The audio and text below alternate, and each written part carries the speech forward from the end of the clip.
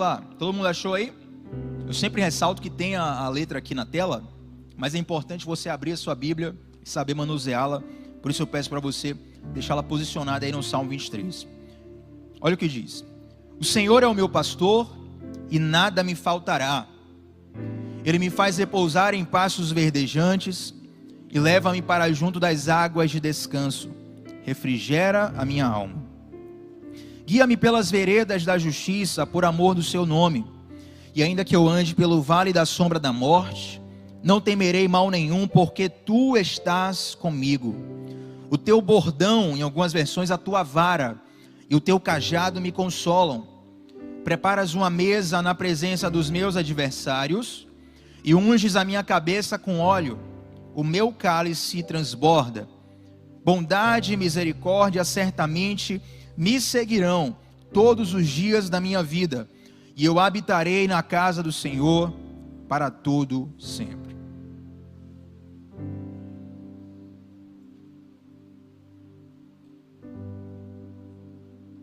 Vamos lá. Gente, esse salmo fala muito ao meu coração. Eu não preciso dar muitas voltas nele. Só de recitar esse salmo, nós já somos ministrados com a presença de Deus. Alguém aqui também sente isso quando lê esse salmo? Talvez você até tenha o costume, ou cresceu numa casa, ou conhece uma casa, que tem o costume de deixar o Salmo 23 aberto na estante da casa, né? Eu já entrei em algumas casas assim, e tem gente que deixa até de frente para a porta. Fala: não, Thiago, eu deixo o salmo aqui já virado para a porta, porque se alguém entrar carregado de lá, o salmo já protege aqui, já estou guardado. E na verdade, eu não quero falar da fé de ninguém, da crença de ninguém, mas biblicamente falando, não é o salmo aberto na estante que faz diferença, é o salmo aberto no coração. Quantas vezes o salmo está aberto na estante, mas está fechado dentro de nós? Entende? Então, se você acha que, não, Thiago, porque eu acho que fica bonito aqui no quarto, na estante, na arquitetura, que design de interiores, eu li em algum artigo que a Bíblia aberta deixa o quarto bonito. Tudo bem, mas é preciso entender que a palavra precisa ser aberta no seu coração. Isso é muito importante quando falamos de um salmo que é recitado quase que culturalmente, porque há uma tentação em nós declararmos com a nossa boca no automático, mas não entendermos o que ele está falando para nós. Ele precisa entrar no seu ouvido nessa noite, descer ao teu coração, até o ponto de descer para as suas mãos e se tornar uma atitude prática na sua vida. Esse salmo foi escrito por Davi, que era um rei, um guerreiro valente, um instrumentista e também um pastor de ovelhas. Então Davi, ele fala isso com muita propriedade de causa. Ele começa a poesia dizendo: o Senhor é o meu pastor. Você pode dizer isso nessa noite? O Senhor, mais alto uma vez, o Senhor. Tá, eu sei que aqui não é curso de coach que manda você gritar, extravasar, mas na terceira vamos mais alto ainda. 1, 2, 3. O Senhor. Agora, o que é que significa isso? Davi falava isso com propriedade de causa porque ele era um pastor. Então, o que é que Davi, sendo um pastor de ovelhas, um cuidador de ovelhas, queria dizer com isso? Um pastor é alguém que protege a ovelha. O pastor é alguém que provê para a ovelha. O pastor é alguém que guia a ovelha. Nesse salmo, Deus é apresentado como um pastor, como um guia, como um protetor e como um anfitrião. E isso fala algo muito profundo aos nossos corações, de que em Deus nós temos tudo o que precisamos. Grande parte das tentações da vida são basicamente uma briga de ideias em nosso coração, dizendo que nós precisamos de algo fora da presença de Deus para nos satisfazer.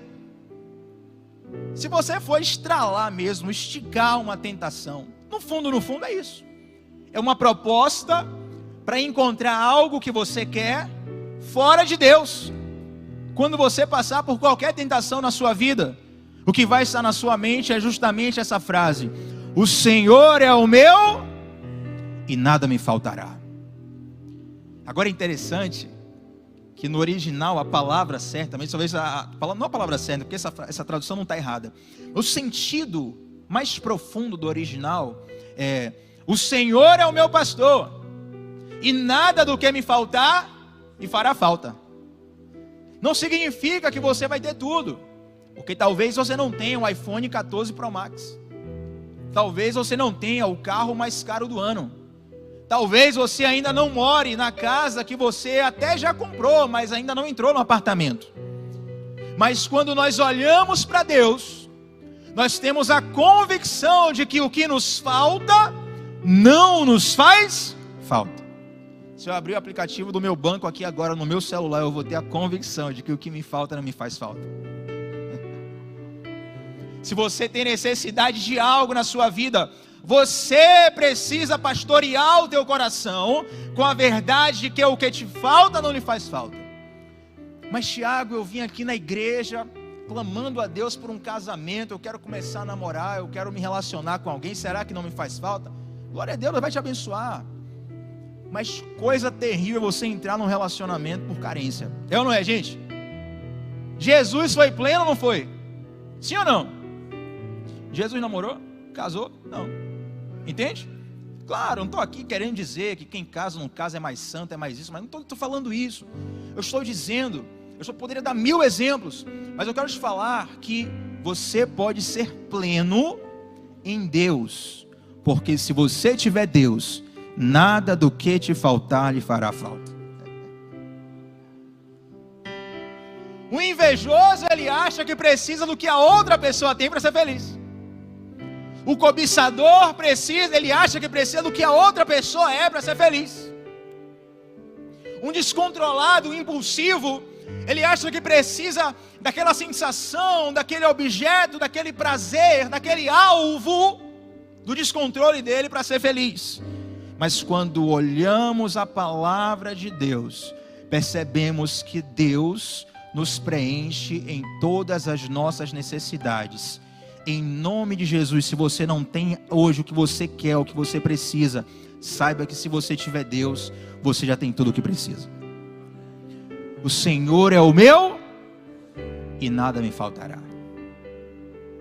Interessante que Davi começa falando, né? Ele me faz repousar em pastos verdejantes, leva-me para junto das águas de descanso, refrigera minha alma. Gente, vamos lá. Davi está usando uma figura de linguagem na qual Deus é o pastor e ele é a ovelha. Está todo mundo aqui comigo?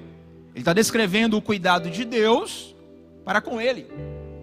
Interessante, nosso pastor até fala aqui direto que poucas pessoas querem ser uma ovelha, se inspiram no animal ovelha. Quando nos perguntam a criança qual animal você quer ser, as crianças falam um leão, uma águia, um tigre, um tubarão, algum animal que remeta à força, à imposição, à beleza ou alguma coisa assim. E uma ovelha não é nada disso. A ovelha é lenta, a ovelha é fraca, a ovelha não é feroz, a ovelha não intimida ninguém. Mas observe uma coisa, é que a ovelha com o pastor, você não está entendendo, calma lá. Quando Davi, ele vê Golias afrontando a nação de Israel, ele vai até Saul, pedir autorização a Saul para lutar com Golias. Quem lembra dessa história? Aí Saul fala assim, Golias não, Davi, você é fraco, você é pequeno, o gigante tem 3 metros de altura, não dá para você. Até porque a proposta de Golias era lutar um homem contra outro homem, e quem vencesse ganhava a guerra. Então não era questão de Davi ser valente ou não, estava em jogo a nação de Israel. E quando Davi vai pedir a Saul para lutar, Saul fala, você não tem experiência de batalha. Aí para convencer Saul, Davi fala assim, meu senhor, eu cuido das ovelhas do meu pai, e volta e meia aparece um leão ou um urso lá para comer uma ovelha do meu pai, e eu enfrento o urso, eu enfrento o leão, derroto eles e deixo as ovelhas do meu pai em segurança. Esse é o papel do pastor.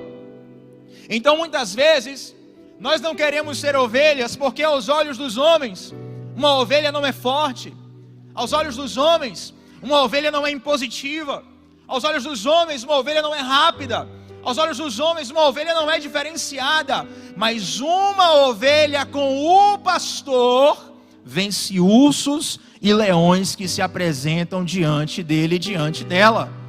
Eu quero te dizer, meu irmão, minha irmã, que talvez na força do seu braço você não consiga vencer os desafios da vida, mas quando você é uma ovelha do bom pastor, Deus luta por você. Quando você vai enfrentar as tentações, quando você vai enfrentar Satanás, quando você vai enfrentar qualquer coisa que se levanta na sua vida, não vai lutar sozinho não. Entenda que existe um pastor que luta por você, e mesmo você sendo uma ovelha, você se torna mais forte que um leão e mais forte que um urso, porque tem alguém que está lutando as suas batalhas. O Senhor é o meu. Você vai guardar, você vai sonhar com isso hoje à noite. Tomara que não seja um sonho ruim, né? E tem uns pesadelos aí que Deus fala também, mas vamos lá. Aí Davi começa a falar. Ele me leva para pastos verdejantes, água de descanso. Gente, interessante que pasto e água para ovelha é comida, né? Talvez quando a gente olha para pastos verdejantes, o que é que você pensa? Uma casa de campo, você deitado na grama, uma piscina, um mar, águas tranquilas, sei lá, um riacho. Mas para ovelha isso aqui é comida, tá bom? Então o que Davi está dizendo é que o alimento necessário para ele vem de Deus.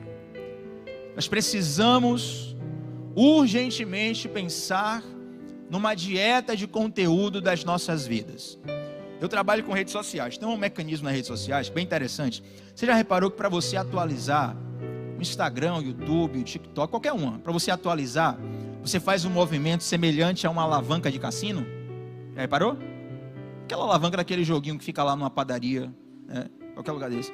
Aí você puxa a alavanca para baixo e você vai lidar com a sorte. Gente, tem estudos comprovados, que você puxar o botãozinho para baixo para atualizar a página, sem saber o que vai vir, é mais atraente do que você ter a certeza de que vai vir algo bom. Aí você vai ver um Reels de 15 segundos, daqui a pouco você já ficou 30 minutos ali. Quando acaba o Reels, você atualiza, porque é uma descarga de prazer muito grande. E sem perceber, muitas vezes, isso vai roubando energia importante do seu dia a dia, que poderia estar sendo investida em projetos muito mais importantes do que consumir besteira de redes sociais. Já você é contra o entretenimento? Não, de modo nenhum. Mas nós precisamos urgentemente entender que isso é profundamente espiritual. Não estou dizendo que Satanás está na rede social não, viu gente? Pelo amor de Deus, não é isso. Mas eu estou dizendo que muito das questões emocionais, mentais e até espirituais que a nossa geração passa, tem a ver com um cansaço de entregar a nossa melhor energia para coisas que não nos acrescentam nada. Então como é que você faz? Pega o que você gosta e usa no nível de um hobby, tá bom? Meu hobby é esporte, eu gosto de esporte. Qualquer esporte, a maioria dos esportes eu gosto de esporte. Se deixar, eu passo o dia todo vendo esporte. Aí o que é um hobby? Um trabalho no meio de um trabalho ou outro, para eu relaxar, trabalho em casa, vou na cozinha, pego um café, aí vejo lá, notícia de futebol, de luta, de Fórmula 1, hein Carol? Cadê Carol? Fórmula 1, domingo vai começar e falar notícia tal. Passou um tempo ali para me relaxar, entendeu? Aí eu já vou mais renovado para trabalhar. Agora quando aquilo rouba tempo necessário para coisas mais sérias, isso começa a ser um problema seríssimo na sua vida. Isso não parece tão espiritual para nós, porque não tem demônio, não tem guerra espiritual, não tem anjo com batalha, espada de fogo, a corrente quebrando, não tem. Mas isso aqui, gente, pode até destruir casamento. Uma das maiores queixas que tem crescido ultimamente são de maridos que preferem ficar jogando videogame do que ter um momento íntimo com a esposa. Isso está destruindo o casamento. E aí, é espiritual ou não é? Está entendendo? Oi, gente, pergunta aqui.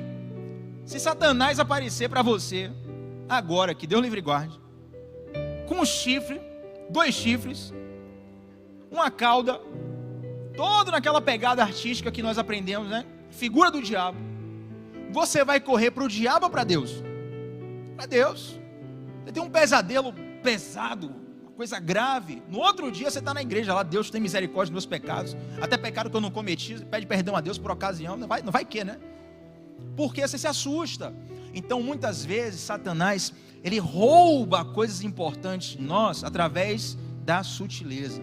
Quando o salmista Davi fala assim, ó, o Senhor me leva a passos verdejantes, a águas tranquilas, Davi está nos ensinando que nós precisamos fazer uma dieta de conteúdo e mudar muita coisa que nós temos consumido em conteúdo para comer da palavra de Deus.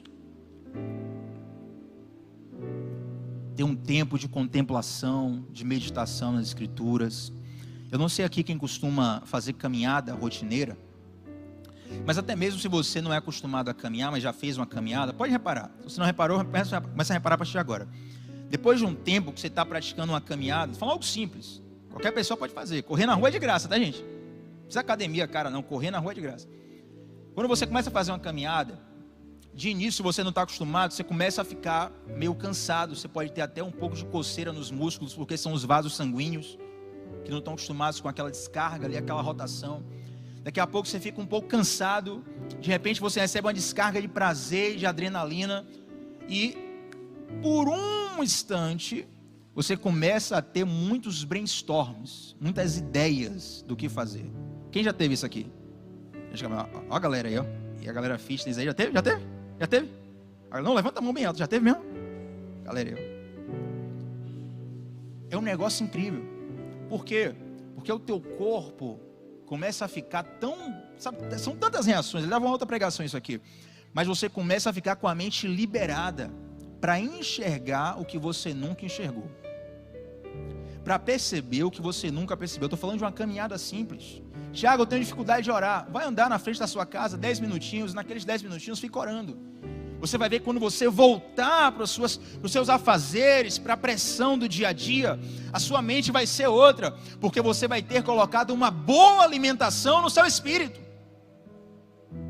Nós precisamos entender que a comida que nos sustenta, meu irmão, minha irmã, ela vem do alto. O bom pastor quer nos conduzir a passos verdejantes e águas tranquilas. E aí o salmista diz, refrigera a minha alma. Isso aqui é o resultado de estar em passos verdejantes e águas tranquilas. Você tem a sua alma refrigerada. Acho interessante que tem algumas pessoas chegam para mim e falam assim, Tiago, preciso começar com você. Preciso começar com você. Algo muito sério aconteceu na minha vida, Tiago, eu preciso. Não, de hoje não passa, eu tenho que falar com você. Tá bom, irmão, vamos lá, vamos conversar. A pessoa senta na sua frente e aí começa a falar. Aí no final eu falo assim, vamos orar.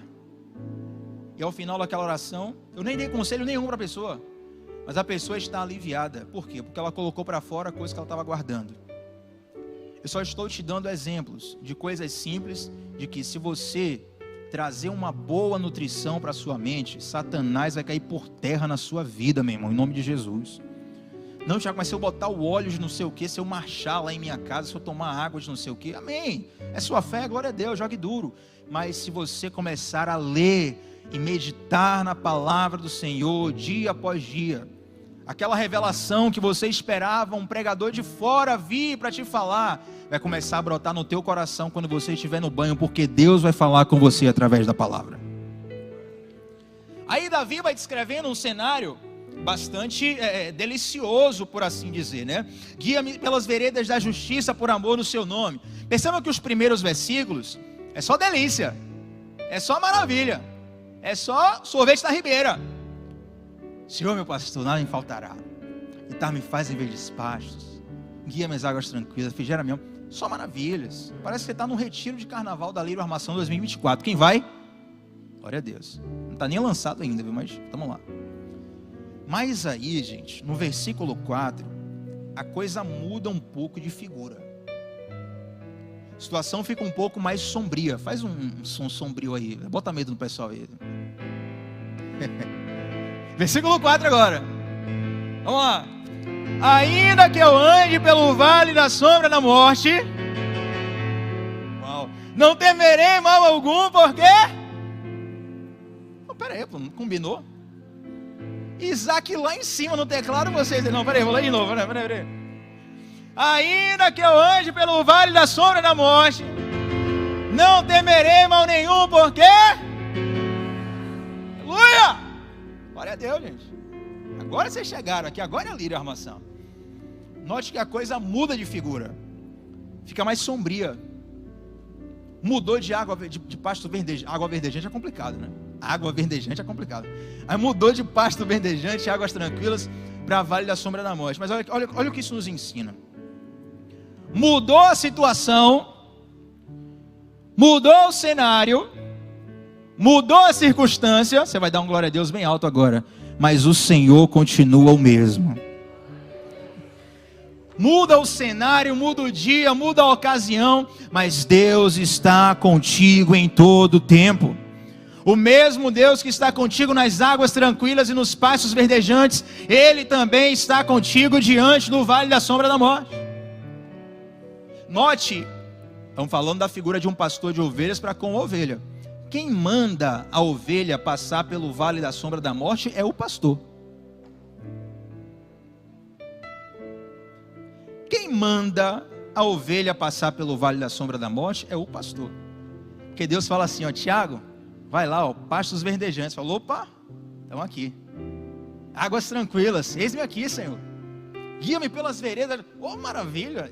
Eu digo sim para Deus. Tiago, vai ali pelo vale da sombra da morte. Falou, opa, preciso de uma confirmação, Senhor. Não, aí Deus não está aí não, gente. Nosso Deus, em alguns momentos, Ele vai nos guiar e nos mandar passar por vales da sombra da morte. É interessante que tem pessoas que acham que o vale da sombra da morte era um lugar específico, sabe? Tipo, Garganta do Diabo, na Chapada Diamantina. Não sei porque gruta tem sempre esse nome, não sei o que do inferno, não sei o que do diabo. Interessante, né?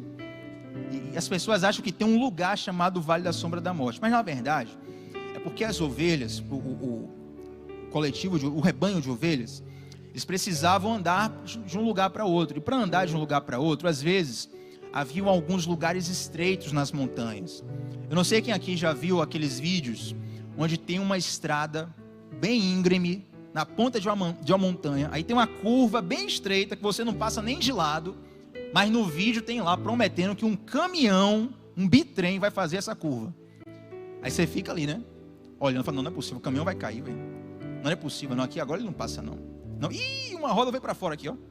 Agora já, aquilo é um vale da sombra da morte. Porque a ovelha precisa passar por um lugar muito estreito e ela corre risco de cair. Mas olha o que diz o versículo 4. Ainda que eu ande pelo vale da sombra da morte, não temerei mal algum, porque tu estás comigo. O teu bordão e o teu cajado me consolam. Em algumas versões está escrito, a tua vara e o teu cajado me consolam. A vara e o cajado, elas tinham funções bem específicas na mão de um pastor. A vara servia para muitas vezes o pastor, diante de uma ameaça de um predador, de um leão, de um urso, o pastor poderia afastar os dois e lutar com o animal à distância. Quem está entendendo? Quem já viu aquele ditado aqui, que é perigoso cutucar a onça com a vara curta? Por quê? Porque a onça, ela tem uma velocidade de reação que, se a distância for pequena, você está em maus lençóis. Então a vara servia para o pastor proteger a ovelha. Agora note que vara na Bíblia está associado muitas vezes à correção. O que é que eu quero dizer para você nessa noite? É que muitas vezes a correção de Deus que tanto reclamamos é o que vai nos livrar da mão de Satanás. É o que vai nos livrar da boca do predador. Muitas vezes um não de Deus é o ato de amor mais sublime que Deus pode expressar para você naquele momento. Quem já viu aqui uma criança querendo muito alguma coisa e o pai sabe que aquilo não faz bem para ela? Por exemplo, botar o dedo na tomada, né? Aí o pai fala mais alto com a criança, o pai promete um castigo para a criança, e a criança ali, ela pensa, não, meu pai não me ama de verdade. Adolescente tem muito isso, né? Ele quer fazer acontecer, o pai diz não, a mãe diz não. Não, meu pai não me ama, meu pai é das antigas, a moda agora é isso, não sei o que. Aí quando esse adolescente cresce e se torna um pai ou uma mãe, aí ele vai saber, o meu pai na verdade ele estava demonstrando amor por mim. Quem está entendendo aqui? Quantas e quantas bênçãos que nós queremos, que na verdade o negar de Deus é o maior ato de amor que Ele pode fazer por mim e por você. E o cajado, ele tem um pouco da função da vara, mas o cajado, note que uma vara é um pedaço de pau reto. o cajado ele parece com um símbolo de interrogação. E o cajado ele tem essa dobra na ponta, justamente para o pastor pegar aquela dobra e segurar aqui no pescoço da ovelha quando ela estiver andando no vale da sombra da morte. Opa, vou cair. Pegou aqui, segurou a ovelha. Agora você imagina o que é para o pescoço de uma ovelha, ela está caindo, aula de física agora, né? A gravidade puxa, não sei quantos metros por segundo, elevado à 10ª potência de joule de não sei o que. Saudade, professor Laelson. Já abençoe aí se você estiver ouvindo. E a ovelha está caindo, o pastor tem que puxar rápido. E tem que puxar forte, senão a ovelha vai... Aquilo é uma dor no pescoço da ovelha. Isso significa que tem alguns movimentos de Deus para conosco, que inicialmente pode nos gerar dor, mas lá na frente você vai entender o livramento que Deus está te dando. Nós precisamos amar a Deus, não apenas nos pastos verdejantes, não apenas nas águas tranquilas, mas também no vale da sombra da morte, porque Ele está conosco. Aí o versículo 5 diz assim, tranquilo, eu vou terminar aqui. Versículo 5 diz assim: preparas uma mesa para mim na presença dos meus adversários, unges a minha cabeça com óleo e o meu cálice transborda. O pastor que virou guia agora também é um anfitrião. Davi entendia muito bem isso aqui. Note que aos poucos Davi ele vai deixando de falar da figura de ovelha e pastor e vai falando da figura de um homem como um anfitrião. Era muito comum que guerreiros e até exércitos inteiros passassem muito tempo num lugar desértico, sem água e sem alimento. O próprio Davi passou um bom tempo fugindo do rei Saul. Inclusive, numa dessas fugas, Davi estava com tanta fome que ele entra no local, né, ele come de um pão que ele não deveria, que era reservado aos sacerdotes. E aquilo causa, né, como é que Davi comeu do pão dos sacerdotes, que não poderia, tinha que ser sacerdote e tal. Aí dá outra pregação isso aqui. Mas por quê? Porque o cara está com fome. Ele chegou para o sacerdote lá e falou: me dá esse pão aí que eu vou morrer. Então ele sabe o que é estar fugindo por lugares e estar há dias e dias sem comer e sem beber nada. Então quando um guerreiro desse, ou quando um exército desse, ou até mesmo um mercador está passando por um lugar deserto há muito tempo, sem consumir alimentos, sem se nutrir, quando ele encontra um anfitrião, aquilo ali pode ser o diferencial entre a vida e a morte. Eu não sei a história de vocês, mas talvez aqui alguém tenha uma história para dizer assim: Tiago, eu estava prestes a morrer, de repente Jesus apareceu, e se Jesus não aparecesse eu ia morrer. Apareceu o anfitrião que preparou uma mesa para você. Agora, o preparar uma mesa na presença dos inimigos, não é necessariamente Deus vai fazer uma live no Instagram, café da manhã, aquela cesta de aniversário, dia do aniversário, né? Café da manhã, Deus vai fazer uma live aqui para você comer, com os inimigos assistindo. Sabe aquele inimigo que faz até fake para poder ver teus stories? Não, sério, gente. Se você tá com fake para ver stories dos outros, a gente tem que orar pela tua vida. Mas tem, né? Tem ou não tem? Com certeza tem. No meu parece de vez em quando os fake lá que... Mas vamos lá. O meu aberto, né? Mas tem uns fechados lá que é luta. Mas voltando.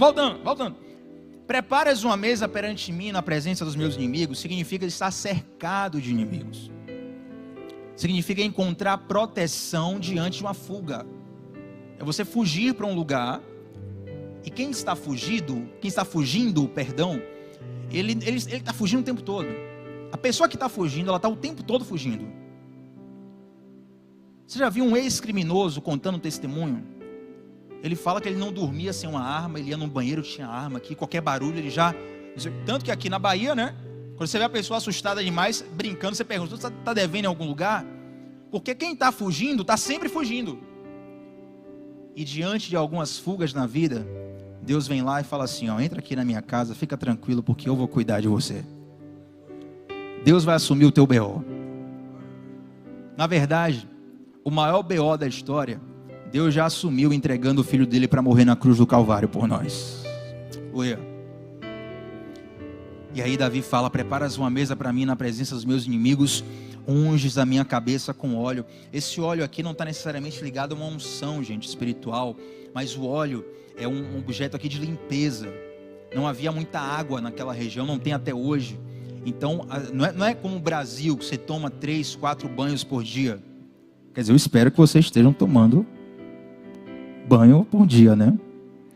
Mas lá não era muito comum. O cara não tinha água nem para beber, que já para tomar banho. Então, o óleo era esse produto de limpeza, de asseamento. Até mesmo com fins medicinais. O cara está todo ferido, lascado ali, está correndo, fugindo no meio da selva, das montanhas. Aí de repente vem Deus e coloca óleo nas nossas feridas. Vem Deus e começa a tratar as feridas do nosso coração. Ouça uma coisa, a vida ela não acaba quando você entra na igreja. Na verdade, a jornada começa a ficar boa a partir daí. Eu gostava de ver DVD de testemunho antigamente.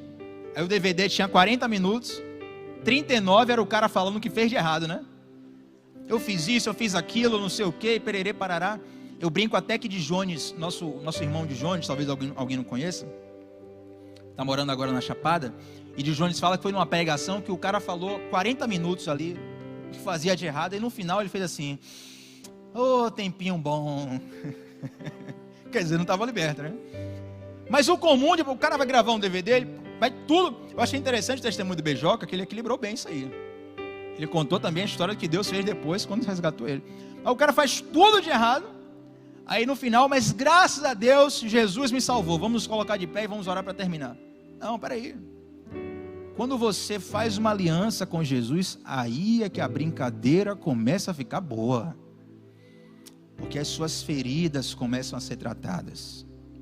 Porque tem coisas dentro de nós que às vezes nem você mesmo sabe como é que foi parar aí dentro. Mas está aí, causando um monte de crença limitante, causando um monte de pensamentos mil. Deixa eu contar uma história para vocês. Nós já vamos terminar. Mas vamos terminar mesmo. Ou então a gente pode ficar aqui, amém? Quem me dá 5 minutos aí? 5, 10, 15, 20, 25, então, 30 já está ok. Mas vamos lá.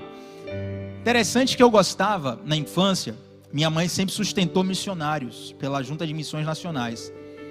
E esses missionários, pelo menos pela Junta, a Junta fazia a questão de mandar uma vez por mês, a cada 15 dias, variava assim, mandava um relatório do que estava acontecendo no campo missionário, até para você saber o que estava sendo feito com a sua oferta, né? Então tinha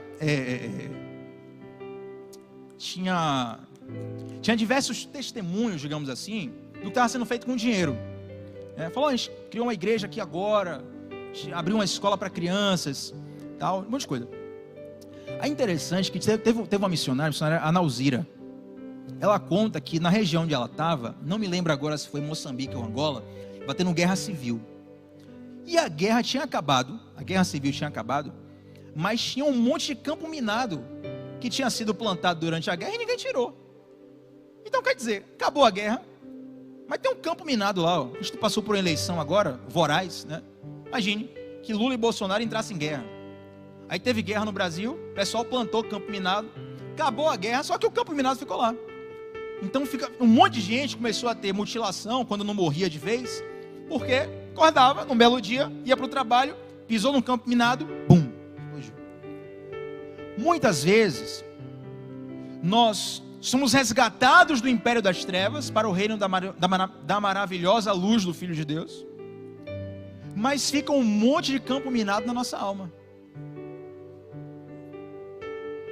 Quem está entendendo aqui que Deus não quer só acabar com a guerra e te dar vitória, Deus quer desativar os campos minados que ficou na sua alma. É quando você entra na casa do anfitrião que ele começa a passar óleo na sua ferida e tratar os seus ferimentos.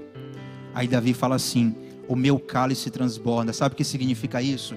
É porque você muitas vezes vem para a igreja para Deus resolver um problema pontual. E Deus ele transborda, ele fala assim, não vou só resolver o teu problema pontual, eu vou mudar toda a tua história. Como foi que você veio para a igreja? Tiago, eu vim porque estava precisando disso, porque não sei quem ficou doente, que eu precisava de tal coisa, que era só um milagre na minha vida. Cada um tem uma isca. Mas quando você chega aqui, Deus é tão bom, que Ele não dá só o que você quer, Ele dá o que você precisa, muito mais. Eu profetizo que o cálice de Deus na sua vida vai transbordar. Quero chamar o Ministério de Louvor aqui à frente, só para parecer que a gente está terminando. A pregação vai começar agora. Mas aí Davi fala assim, bondade e misericórdia certamente me seguirão todos os dias da minha vida, e eu habitarei na casa do Senhor para todo sempre. E o que eu vou falar aqui aprendi com o pastor Saulo. No Você Entendeu Errado. Lembra desse, Paulo? Lembra desse? Foi o primeiro? Bondade e misericórdia. Isso aí foi um devocional do Renovamente, que eu não sabia o que falar. Eu falei, vou ver o que o Saulo falou, que eu vou falar o que. Mas foi bênção, é muito profundo. E por que Davi coloca isso aqui? Qual o contexto dessa poesia? Quando o anfitrião recebia um convidado, ele era responsável por toda a segurança daquele convidado. Então, quando o convidado transitava naquela cidade, ou até mesmo saía da cidade, esse anfitrião colocava 2 seguranças ao lado da pessoa para garantir a integridade dele e dela. Basicamente aqui, quem mora num bairro mais perigoso, aí recebe uma visita e no final você fala assim, não, eu vou te acompanhar até a esquina ali, né, para o pessoal do bairro ver que aquela visita está com você, que aquela pessoa é da área. Então você vai ali, não apenas nas portas da cidade, mas até um pouquinho mais, para poder proteger aquela pessoa. Então quando Davi fala que a bondade e a misericórdia do Senhor lhe seguirão a cada dia, ele está dizendo que existe um guerreiro do lado dele chamado bondade, e tem outro guerreiro do lado dele chamado misericórdia. Ele diz, com a bondade e a misericórdia do Senhor eu encaro qualquer parada.